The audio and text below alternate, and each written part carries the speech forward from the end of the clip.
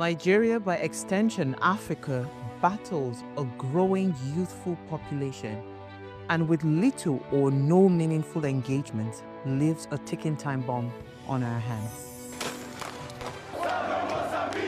We are a blessed continent with great wealth, both in people and material. Our focus on ways remains driving conversations that affects us all. Topics in the news, social concerns, politics, leadership, governance, empowerment, resource management, conflict management, finance, SME sustainability, technological innovation, food security, health, education, brain drain, our well-being, citizenship, and much more. Our goal is to continuously drive these conversations, keep them burning at the table to effect a positive change, both for our nation and continent. Ways, what are you saying, has a secret ingredient that completes the conversation every single episode, and that ingredient is you. Our past conversations shaped our yesterday.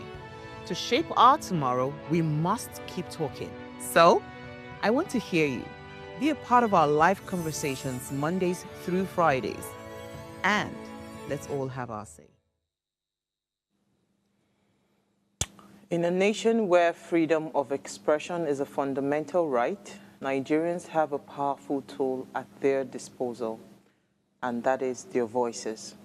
Advocacy, or the act of publicly supporting particular causes or issues, has a long history of being a force that drives change, especially in different countries all over the world. From the fight against corruption to the push for educational reforms, advocacy has played a crucial role in shaping any country's trajectory. Yet, despite its importance, advocacy in Nigeria often faces significant challenges. Many citizens feeling disillusioned with the system, believing that their voices won't be heard or their efforts won't lead to tangible change. Others may fear reprisal or intimidation for speaking out, as we see almost all the time. So it's another beautiful episode, the final episode for the week on your favorite primetime show, Ways. My name remains Osayua Mesale, and today we're discussing the power of advocacy, and we are saying why Nigerians must continue to talk, right? You must keep talking. Now, remember, Ways is all about you. You are the why in Ways, so be a part of the conversation. Every single day, add your voice to the discussion. You can also head on to our YouTube channel. It's at Official Upgrade TV. Hit that subscribe button, like, share, invite your families and friends to watch and follow the show right now. And when I open the phone lines, I'd really love to hear your thoughts on this. Remember, you can also join us via WhatsApp. Just send an add me to our WhatsApp line so we can also add you to the call. So before I go, let me allow you ponder on my quote for today. Let me learn my pidgin English well. So it says, Delta State College of Nursing Sciences is threatening a student with disciplinary action because of song. The students say, them sabi their mama. Students wey their mama, they work hard to give them better life.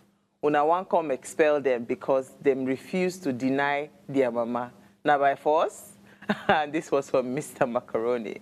Yes.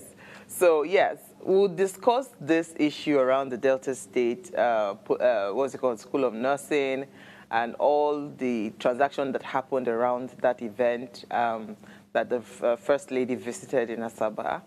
But we'll do all of that. First, let me run off on a break. When I come back from that break, I'll let you in on my news interest for the day.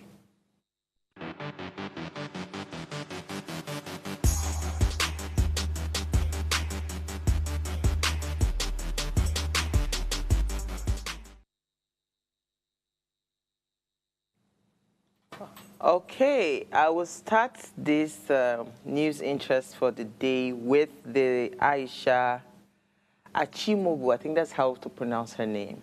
So the report says that EFCC has declared her wanted for money laundering.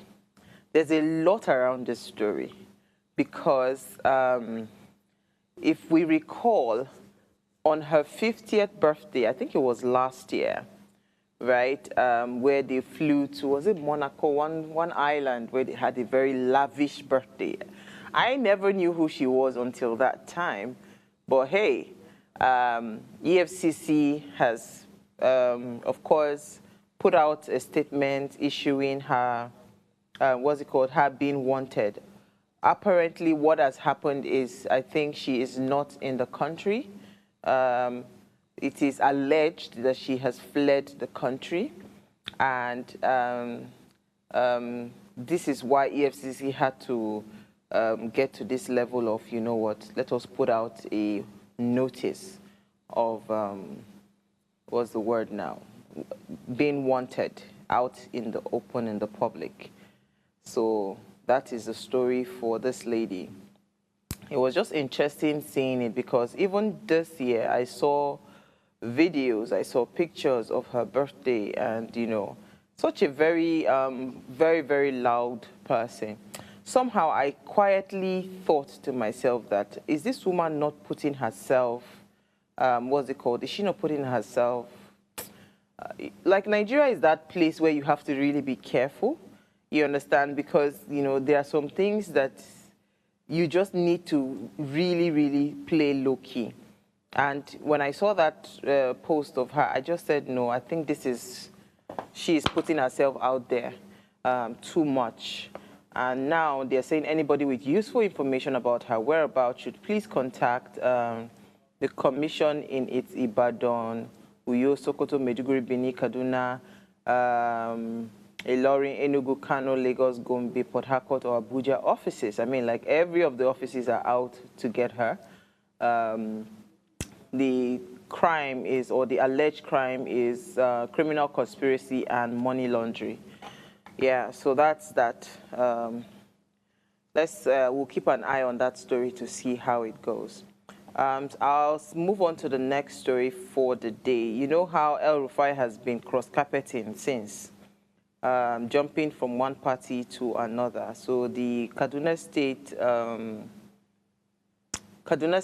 SDP, they have disowned El Rufai, and they said that he's not a recognized member. I don't know why I'm laughing. But you see, when it comes to politics, right, this is what you see all the time, where you have a lot of, what's the word now? A lot of political cross-carpeting, especially when you are not able to find, you're not able to find a footing in the particular party that you're in. I mean, Peter Obi did it, right? Because when he was not given the ticket to run as the vice president alongside Atiku, he left, and, well, his own turned out to work for him because he eventually left and became a presidential candidate that was a bone in the throat of all the politicians in Nigeria. You know, so, yeah, SDP in Kaduna, they said El Rufai is not a recognized member of the party in Kaduna State. I think all these things is just for him to now go and officially probably pay some dues, register, and all of that. And I feel like all of those things will be resolved rather. Okay, so do I have another story? Let me see. I think that's about it for the story because we want to move into this matter of, what was the word? Na my mama, na your mama. At least I know where my mama deal. Rosaline Igbinosa. Now you be my mama. I'll take a break. When I come back from that break, we'll discuss the Delta State College of Nursing Sciences situation. Stay with me.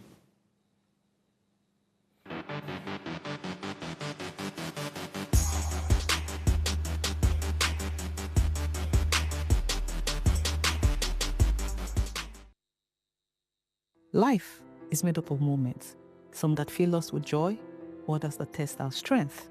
Welcome to Heartlines. This is our space to explore the highs and lows of human connection, the love, the heartbreak, and resilience that shapes our life. From relationships to friendships, parenting to partnerships, and so much more. Every week, we share stories and conversations that define us, navigating love, separations, the struggles of parenting, dealing with anxiety and managing the pressures and stress of life. Real conversations that bring us closer, helping us heal, grow, and connect. So join me Mondays through Fridays at 10 p.m. for Heartlines, the show where we'll connect hearts, have real conversations with real people, one story at a time.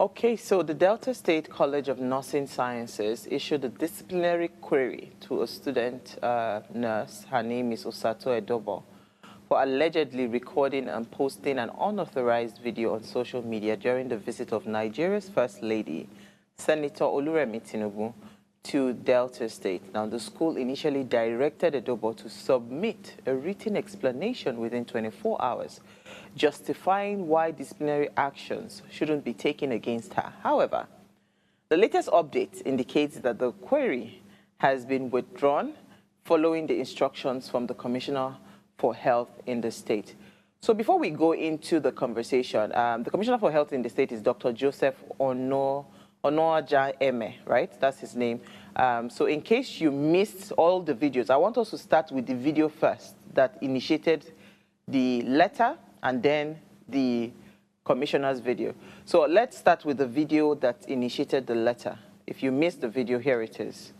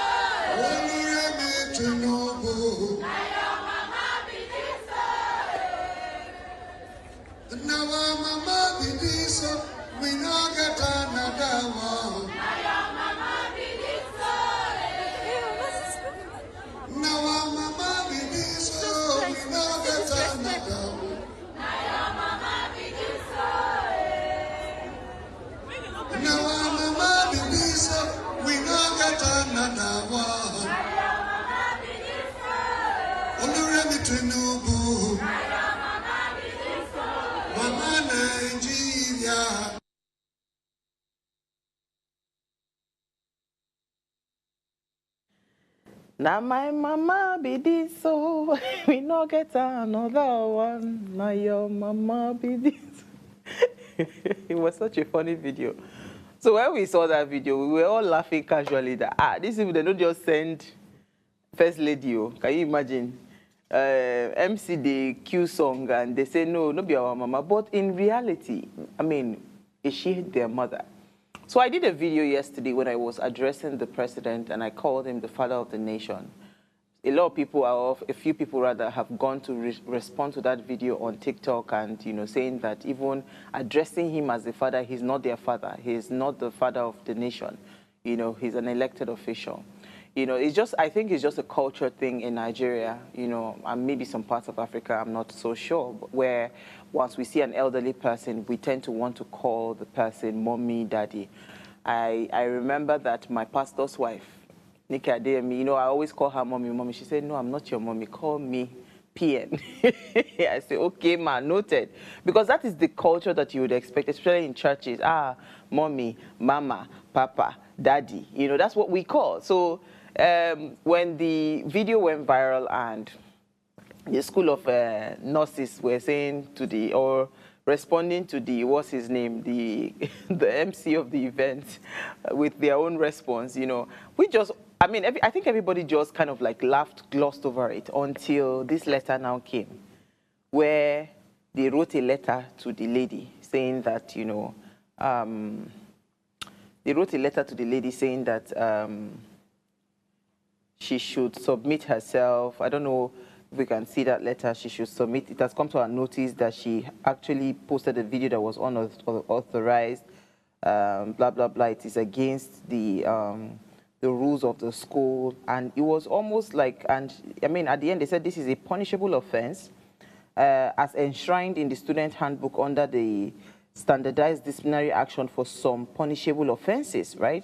You are therefore requested to explain a written letter in triplicate copies within 24 hours of receipt of this letter, why disciplinary action should not be taken against you for the act. Now, I'm done wondering that, hey, auntie, what is going on, you know? For something that we just all glossed all over it, was it because the song was addressed to the First Lady, right? But I was really, really happy and pleased that to some extent, right, somebody's senses, you know, is being, what's it called, juggled. And now people are beginning to wake up, right, that these are all signs of intimidation based on the youth corper lady, Ray, you know, how she started getting threats and all of that. So quickly, Delta State government swung into action. So let's hear what the Commissioner for Health said in Delta State.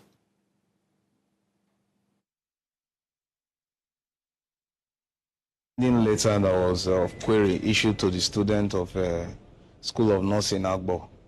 I've instructed the provost to withdraw the letter. We don't want to victimize any of the students. I've also reached out to the student in question, and the student has confirmed to me that the letter was withdrawn yesterday, late yesterday night. So I want the public to be aware of this, and there's scam everywhere. We are not victimizing any of the students. So this is what I want to do. And that is to the power of advocacy and why Nigerians must keep speaking. They must keep saying something. Now, this incident, of course, raised a lot of important questions, right? Yeah. What are the boundaries of free speech and expression, especially in academic settings? Because remember, NYSC, would I call it somewhat, it's not academic, or they would say maybe military setting or whatever, because you're done with school, you're in now, you know, under the military training for like a year and all of that. But you see, where are these boundaries of free speech, right? Especially when you want to express yourself in an academic setting. Secondly would be, how can students balance their desire to speak out, especially against injustice, with the potential consequences of their action? So this might not have been an injustice case in it was just a casual, what's it called, video that somebody just decided to do, because I'm sure she must have found their responses hilarious. Like all of us found the responses hilarious. Because the guy kept on singing our mama. The people say, no, not be our mama, not your mama. No be our mama. So how did this now turn into something where you now start to quote a section of the handbook of the school to say it's gross whatever, and she should explain why disciplinary action should not be taken against her? Did she write? Did she cheat in an exam hall? Did she fight? Did she do anything that is really out of the ordinary? Just a simple recording and a video, right? And all of a sudden, she's now being asked to face a disciplinary committee. Now, what are the roles of what roles rather should institutions play in protecting students' rights to free speech while maintaining order and discipline? This I'm asking because if not for the Delta State Commissioner for Health, and I'm sure, I mean, they must have consulted with the governor and all of that. If not for that Delta State Commissioner for Health, now writing to the school, right, to tell them that please, right, do not victimize this girl and let her be. So the institution did not even try to protect the student. You were so quick to throw her under the bus, right? Because why? You're trying to save face, you're trying to look like, okay, yes, no. It doesn't make any sense. Where is the Commissioner for Education in Delta State? Why did he take the Commissioner for Health to be the one to speak when it's an educational institution? Even though it's a health educational institution, but it's still an educational institution. And the Commissioner for Education kept mute or kept mum. So the role of institution, what role do they play in protecting students' rights to free speech while maintaining order and discipline? Because clearly they failed, woefully. If not for the commissioner coming out to protect this girl, all of a sudden we would have seen a different case. It would have been a different thing that song would be singing now. We would not be doing justice for, what's her name? Edobo. All of us will start to do justice for her. Because the girl, Osato Edobo, she had, I mean, she was not even the one singing it. She just heard the responses and took out her phone and did a video. So since when did that become a crime? You know, sometimes, I think it was last week or 2 weeks ago, we discussed the receptiveness of our leaders, especially to issues around maybe criticism or whatever. This one was not even just criticism. This one was just showing what happened. Right? So does it mean that citizens are not allowed to express themselves freely anymore? Truly, biologically, is she their mother? She's not their mother. If I choose to call you mommy, it is out of respect. But not that you are truly my mom. Don't forget that a lot of young girls and boys have been abused over the years. That parents started, part of the training now, when you're training your children, unlike how we were raised, when you're training your children, you have to train them in a way that they say, Mr. This, Mrs. This, Miss This. Why? Because over the years, we found out that all those auntie, uncle that are not related to you were the abusers of these children. We have to be clear what we want in this country. An innocent video, all of a sudden, you're now writing to that girl. Shame on that institution. Shame, a big shame on you. And we must commend the Commissioner for Health in Delta State. Because if not for his intervention, this would have just been another clear case of bully in this country. Another clear case of trying to shut down and oppress people. Let's go on a short break, right? When we come back from that break, we'll continue the conversation, share more insight, and of course, discuss the power of advocacy and why Nigerians must keep talking. Stay with us.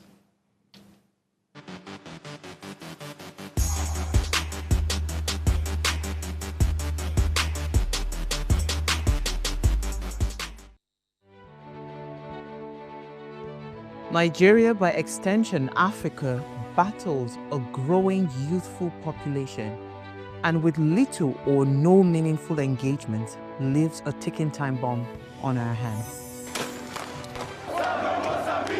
We are a blessed continent with great wealth, both in people and material. Our focus on ways remains driving conversations that affects us all. Topics in the news, social concerns, politics, leadership, governance, empowerment, resource management, conflict management, finance, SME sustainability, technological innovation, food security, health, education, brain drain, our well-being, citizenship, and much more. Our goal is to continuously drive these conversations, keep them burning at the table to effect a positive change both for our nation and continent. Ways, what are you saying, has a secret ingredient that completes the conversation every single episode, and that ingredient is you. Our past conversations shaped our yesterday. To shape our tomorrow, we must keep talking. So, I want to hear you. Be a part of our live conversations Mondays through Fridays. And let's all have our say.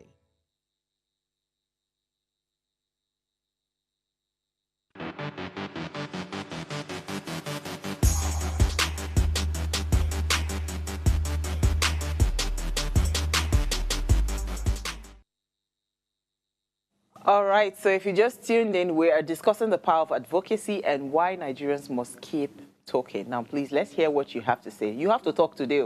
Remember, you need to join the conversation by sending us an SMS or WhatsApp. You can also call the WhatsApp line on 081-803-84663. Our phone lines are also open. The numbers to call are 070-2500-77749 or 070-1424-2420. You can also join us via video. Just send us an add me to our WhatsApp line. We would add you via video. So let's hear what you have to say. Now, the power of advocacy, right?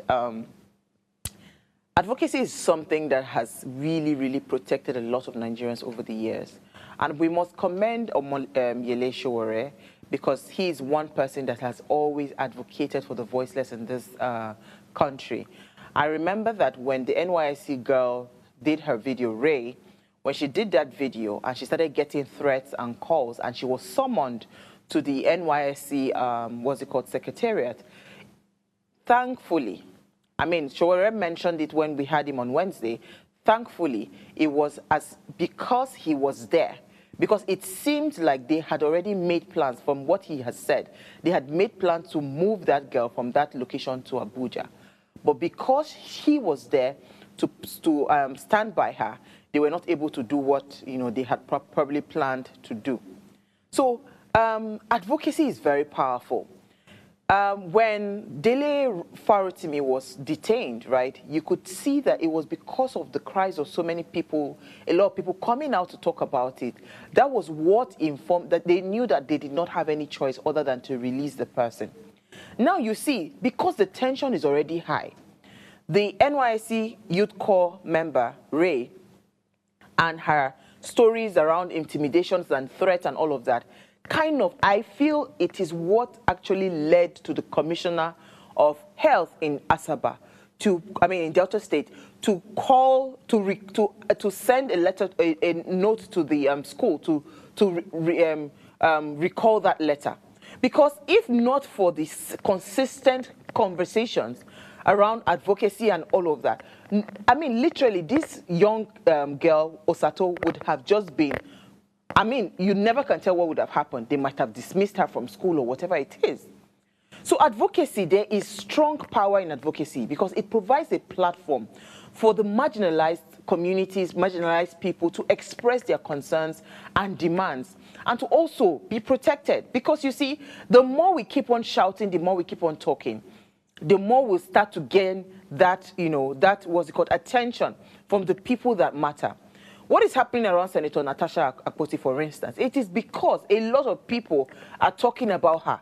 We're not keeping quiet. We're watching. We're monitoring. And they know.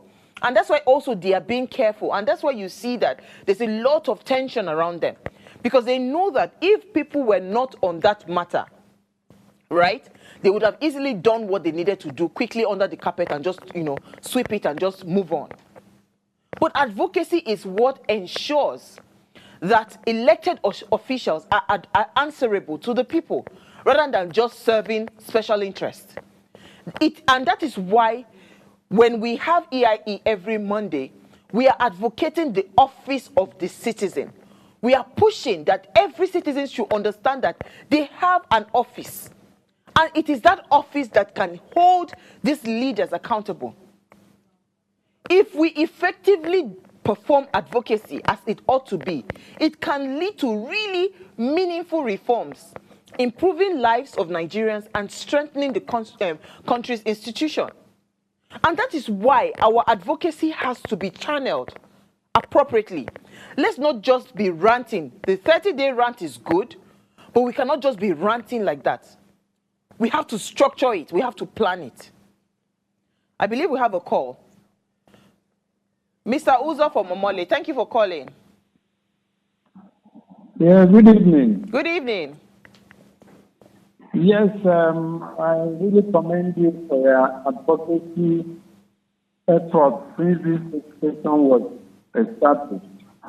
Thank you. You are really giving Nigerians the voice to reflect on what has been going wrong in society. Thank you. What happened in Delta? What happened in Delta is just a reflection of how bad the society has gone. Because the current government just wants to shut every voice of dissent, whether they are positive or negative. They don't want anybody to speak. I don't see how an innocent video that was sent out, that an innocent girl would be a victim of that particular decision by the School of Nursing in Abo.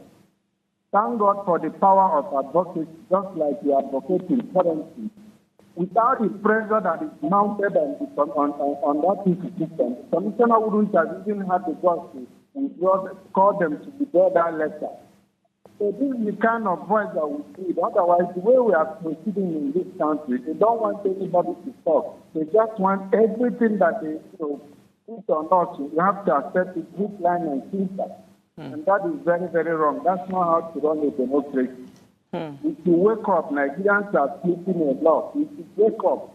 Without the people, there is nothing like democracy. So Absolutely. this is the lesson or the information that everybody should imbibe. So that we are supposed to, the government is supposed to be afraid of the people, not the other way around. In America and the Western world, they are always scared of the people. But in Nigeria, our leaders want us to always be afraid of them. During the election period now, one way or the other, they will smuggle themselves to us. At the end of the day, they want to lord it over us, whether we like it or not. That is not democracy. Thank you for your effort. Thank you so much for your time this evening. Thank you so much. I mean, that is the reality. There would be no democracy without us, the people. And that's why, you see, for me, every day this year, it is to discuss things that matter. It might just be one person watching is fine. But the important things needs to be said. And we need to keep on putting our voices to things that matter to us as a people. Because if we don't keep talking, what eventually happens is that we just allow people to do whatever it is that they like. We cannot be quiet and expect these people to just think it through and say, okay, you know what, let me start to do the right thing. No, it won't happen that way. And here's why Nigerians must keep talking. Nigerians must continue to speak out against injustice, corruption, and poor governance, because that is what is prevalent right now in our society. We can't be mum when there's a high rate of corruption, high level of injustice, and there's just so much poor governance that we are seeing across all levels, right?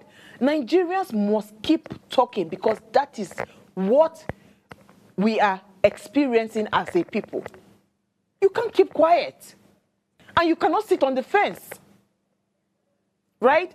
We must also, the reason we need to keep on talking is that when we start to demand transparency and accountability, right, it ensures that the leaders start to prioritize our own interests, right?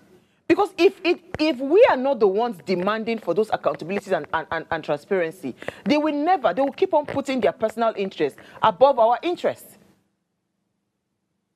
So we need to understand that we are so powerful as a people. And let's not dismiss anybody's voice. Who knew that a girl sitting down in a room, holding a phone on her bed and just crying would make a lot of difference? Because trust me, if that advocacy, that thing was not, the buzz right now, this thing that happened in Asaba, that girl would have been dismissed and nothing would have happened. Because now they know that citizens' rights are very important to us. So everybody now is on the lookout for everybody. We need to be intentional about being our brother's keeper. You see this idea that you say, oh, as long as not be me the thing they affect, and make the person just enjoy and they go. That is what has brought us to where we are today. And we have to intentionally reverse that thought, reverse that kind of behavior. What affects one affects all. That is the mindset we need to have as Nigerians. The fact that I am not hungry does not mean somebody else is not hungry. The fact that I'm not sleeping on the street does not mean somebody else is not sleeping on the street. We need to start putting our mouth where our money is. We need to start putting, be intentional about helping people. And not just be selfish and just be, oh, it is just me, myself. No. The 2023 general elections, what I saw play out was a lot of selfish interests. People were more concerned about the person that would give them maybe contracts, person that would appoint them and all of that. That was what people were concerned about. They were not concerned about national growth and national development, collective growth. And that is what advocacy does. It encourages open discussions, helping to bridge social and economic divides. There's just too much gap between the poor person and the rich man. It's just too wide. And until we keep on advocating, right, this bridge will not, it will not close. The gap will not be bridged. It will not close. There's just too much economic divide in this country. A lot of hardship. So how do we, overcome our collective challenges in Nigeria? How do we do that? Nigerians must find ways to overcome their fear. Yes, so their fear. And you see this idea of intimidation, and all of that, you must rise above it. Do you know how many times my mother and my father calls me? In fact, I can't remember what show was that. I cannot remember that show. I woke up to like several missed calls from my parents. Uwabego. My mother will tell you, she will always say, how many I born? How many I born? And that is the truth. There's genuine fear. There's genuine fear. Why? Because intimidation is really very strong in this country. A rich man will continue to intimidate you because they have access to the judiciary, they have access to the law enforcement agencies, your police, your EFC, everything. So they will just slam you from everywhere. But you see, we must find ways to overcome that fear. As I did, I don't fear anybody. What is the worst that will happen? Literally, what is the worst that will happen? The place that you are thinking about the worst that will happen, everybody will get there one day. So we have to overcome that fear, recognizing that our voices, it matters. Remember what I said before? Collaborative efforts. Collaborative effort. We cannot work in silos anymore. We all must join forces together, right? And amplify advocacy messages. Making it, making it harder for them to ignore. Because if you look at all these things that is going on, imagine, it was Randy Peters when he came on this show. He was saying it now, that just imagine that every day Nigerians, we wake up and 10,000 Nigerians or even 1,000 Nigerians are tweeting the same thing, exact same message. What do you think will happen? Everybody, they will start to have fire in their bum. Why? Because now it is collective work that is happening. A lot of people are talking. Right? So we must also leverage technology, social media. Now, these digital platforms can facilitate advocacy. We've seen it happen. That is the beautiful thing that Nigerians have, because now we are reaching wider audience just from here. A lot of people are seeing that video. We have so many people right now. They have so many following on social media and all of that. Leverage those platforms. That is how, right, we can overcome our collective challenges in Nigeria. We can't stop. Everything that we have right now is working to our favor. Social media is to our favor. Our collective pain is to our favor. Right? So we need to know how to leverage it and use it once we're able to overcome that fear. Because it is that fear now that keeps us quiet. Let me take Emmanuel from Abakaleke, I think. You're live. Go ahead. Is he there? Emmanuel, you're live. Hello? Did we lose him? Okay, I think we lost Emmanuel. So you can try to call back if you... right? So, as I said, leverage technology. Everything is working to our favor. Right? So let's not be quiet. I don't talk on before. All this thing with the fear, what is the worst that will happen? That was everybody go reach there. Because we cannot all live forever. Have you not been so? So what's the worst? Once we're able to overcome that fear, then we now start to talk about things that matter. Right? We need to talk about things that matter. Now, if I wanted to give a call to action, this is what it will look like. Right?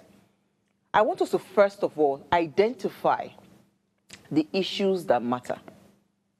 Recognize them as a challenge that is faced by many.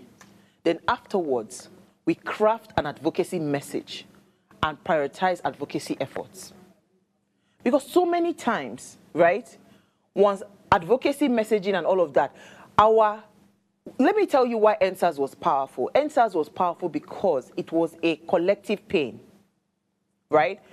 I believe we have another caller. Good evening. Okay, Emmanuel. Okay, same Emmanuel. You're live. Emmanuel, can you hear me? Yes. Go ahead, please. I can hear you. But the woman still talking. I want to speak with you. Go ahead, Emmanuel. Okay. I'm Emmanuel Ndukwe by name. Go ahead, please. From Abakaliki. In fact, I'm grateful for this very program of Power of Advocacy. Especially something concerning Natasha. I'm very, very concerned about it. I don't know how Nigerian politicians want to align female folks in Nigeria. So all these things, without a woman, we can't be. Without woman, they cannot be internet because somebody bonded. I'm on opinion, if it can be probable, let it be. Let women come out and do demonstration, peaceful protest. Because the woman is fighting. The woman is not fighting for himself, for herself. She's fighting for other women. You can recall what happened to King the senator representing Abuja. So-called what he did to that very woman. It was abnormal. It doesn't happen in other societies. I hope in Nigeria we have women that are, the whole world knows. People like Okojiwala. Okay, see what happened at Senate. A man that treats a woman. He has very many people. So, if it can be possible, women to protect against all these things. Because we are men, we are human beings. Okay. I think we lost the caller. So first, thank you so much. I thank you for that. And I'm sure that women are not going to back down on Natasha. We are strongly behind her, just for the fact that she's a woman, right? And she's not just a woman. I mean, I've seen a lot of videos that has shown what she's done in just such a short time. You know, the people for her people. She actually has the heart to want to liberate her people. So we definitely are on that matter. We are not backing down. We are going to keep monitoring and following through that matter.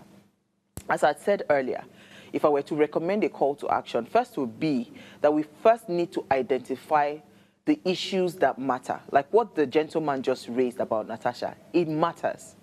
It matters a lot, you know, not just because she's a woman. That is the highest level of victimization and the highest level of oppression. We saw another senator come out in the same house, a man, you know, talking to the Senate president. Why are you trying to silence us? Why it's the way you were elected, that is the way we were elected. So it clearly tells you that there are issues in that Senate. There are issues of silencing. There are issues that if you do not agree to my, what's it called, my own line of thought and all of that, then you have to be quiet. How does that make sense? How does that make sense that you are in a position where you are supposed to deliberate on all issues and everybody is supposed to be heard, but you are trying to now come as a dictator to tell them this is where or this is what we must do? That is not how it works. At least we all saw that video. So if Natasha was complaining about it, now it is a man. Right? Now it is a man and everybody is quiet about it. So we have to recognize, first of all, what are the collective issues that we must address. When we have recognized those challenges, then we can now constructively craft a message and prioritize the advocacy efforts, right? That's number one. The second call to action would be that we must use our voices to speak against injustice. We must use our voices to speak against injustice. When you are quiet, it means that you are endorsing injustice and you are endorsing all the negativity and the corruption and everything that is going wrong in this country. If you are quiet, we must share our stories across all platforms and demand for change. They don't do us now. When it comes to what would make a country great, Nigeria has everything. Everything. So why are we not seeing it reflect in the way we are living as a people? finally, if I wanted to give another call to action, it is that we must all support advocacy initiatives. It is not a thing of, oh, not their thing. No, collaborate with organizations. Join campaigns. Look at what the man said about everybody going out to protest. Join campaigns. Amplify your voices and amplify advocacy messages.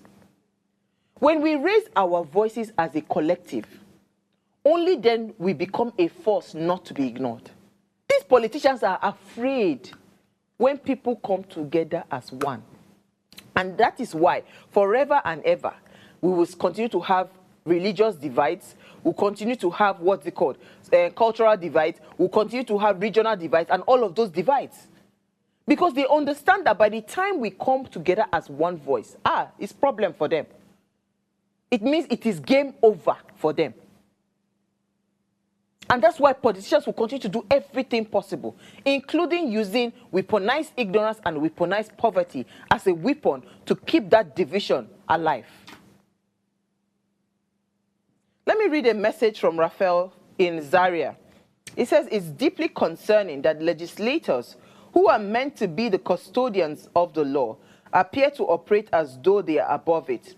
No public official, regardless of their position, should be exempt from scrutiny or accountability.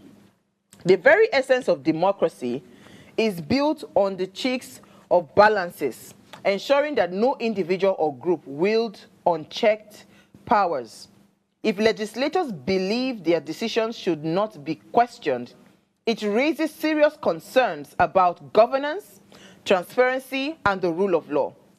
True leadership is demonstrated through accountability, not immunity from it. Thank you for being our voice and a vessel of change. It's not luck that brought you this far, but God did. Thank you so much, Raphael. Thank you so much, Raphael. It's not about luck, right? Let me take Loma from Abia State. Thank you, Loma, for calling. Oh, thank you. God bless you.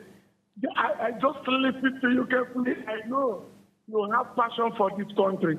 I pray that your desire for this country will come to pass. Amen. Just like what you're saying. See, we will not keep quiet, but the only thing is that we will not insult the people at the hem of the place. Absolutely. But if to talk about the ills, the bad behavior, allowing us to suffer in the midst of cases, I'm telling you, we will continue to talk, continue to advocate. We will continue to let them know that we are human beings. But my worry is we have many people, prominent brains, that are supposed to talk about the ill that is happening. But they decided to keep quiet and allow the government at the center to misbehave, to suffer people, to make people to live in pain and penury. So I want to tell the present administration, if any good thing you do will stand to testify about you at the end of the day. Any bad that you are doing to Nigerians, when you are out today, you will need to suffer it because you have opportunity to make Nigeria great. Look at epileptic power supply. Look at fuel pump price, 97 naira to 900 or 800 or something, depending on where you're buying it. Now, look at high cost of drugs. Look at high cost of living, house rent. Oh, God of mercy. See, I want to tell the present administration, because you like suffering ordinary Nigerians, our God will not allow you to be, they will suffer you people. So, finally, we will continue talking. We want Nigeria to be great. We want the leaders to change for good. And I pray God will make them to understand that what they are doing is not good. So at the end of the day, they will turn a new leaf. Thank you. Thank you so much, Loma. You are also a very passionate Nigerian. We can tell from your voice. Only our voices have the power to break and shatter the glass of impunity they have built around them. Absolutely. And it is our collective voices. So we can't keep quiet. We have to be intentional. I saw a very funny video of my Edo sister, right? Edo sister No, let me call her Edo mommy because she's the